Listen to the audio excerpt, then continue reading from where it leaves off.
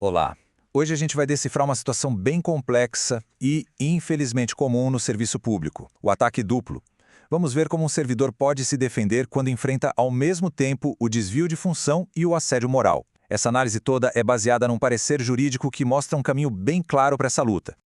Vamos pensar num cenário. Uma pessoa estuda, passa num concurso público para um cargo específico, com tarefas definidas, mas, na prática, é obrigada a fazer um trabalho totalmente diferente. E para piorar, essa mesma pessoa ainda sofre um assédio sistemático dia após dia. É uma situação de ataque duplo, e é isso que a gente vai desvendar.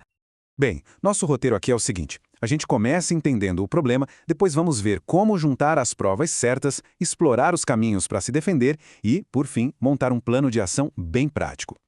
Então vamos lá. Primeiro ponto, o ataque duplo.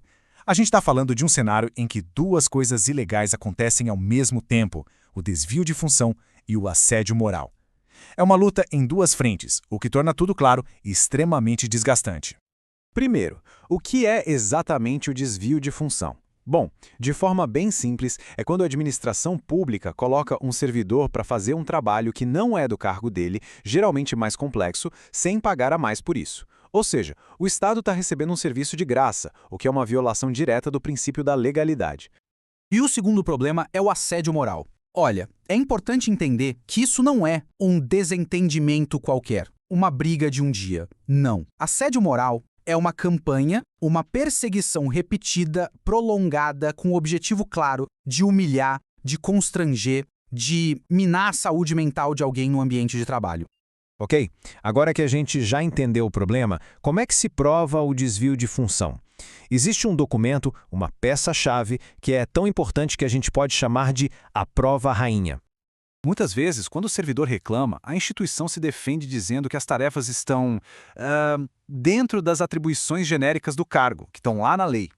Só que essa é só uma parte da história e não a mais importante.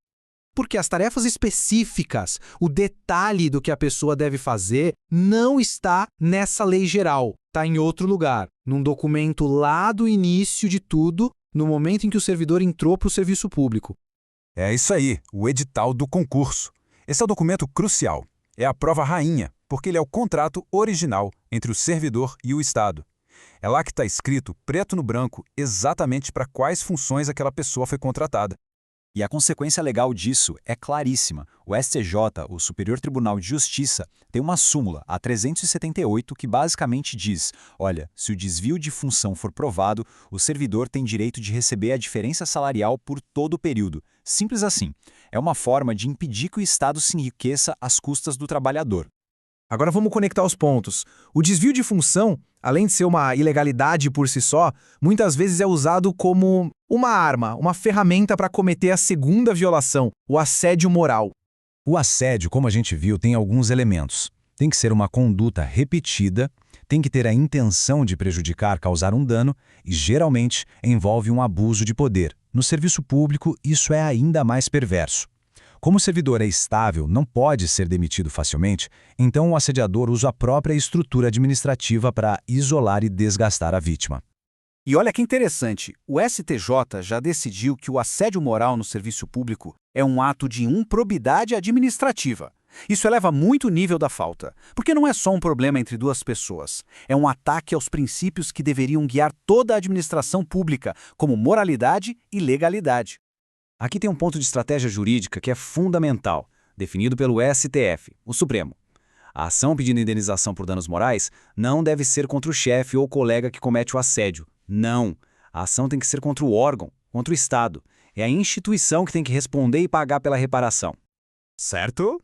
Com os problemas identificados, a pergunta é: como lutar? Basicamente, existem dois campos de batalha, duas vias para seguir, e cada uma tem seus prós e contras. Vamos comparar. De um lado tem a via administrativa. É um processo interno que busca punir o agressor e fazer o assédio parar. O problema? O risco de retaliação é altíssimo e não gera indenização financeira. Do outro lado, tem a via judicial. O objetivo aqui é conseguir uma compensação financeira, uma indenização justa processando a instituição. O risco? O servidor precisa provar tudo o que aconteceu.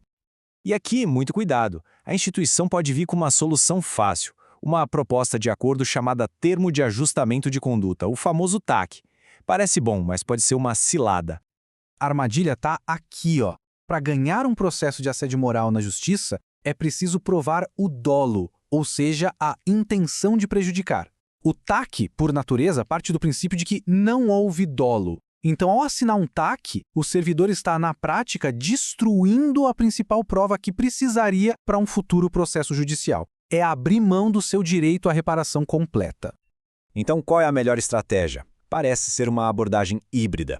Usar a via administrativa não como um fim, mas como um meio para construir um arsenal de provas robusto para levar para a via judicial, que é onde a verdadeira reparação pode acontecer. E esse plano de ação prático começa com um básico. Primeiro, conseguir uma cópia autenticada do edital, a prova rainha. Segundo, manter um diário detalhado de tudo, data, hora, o que foi dito, quem viu. Terceiro, buscar laudos médicos e psicológicos. Quarto, guardar tudo, e-mails, mensagens, ordens. Quinto, oficializar a denúncia nos canais internos para criar um registro formal. E sexto, procurar o sindicato. E tudo isso nos leva a uma reflexão final, né?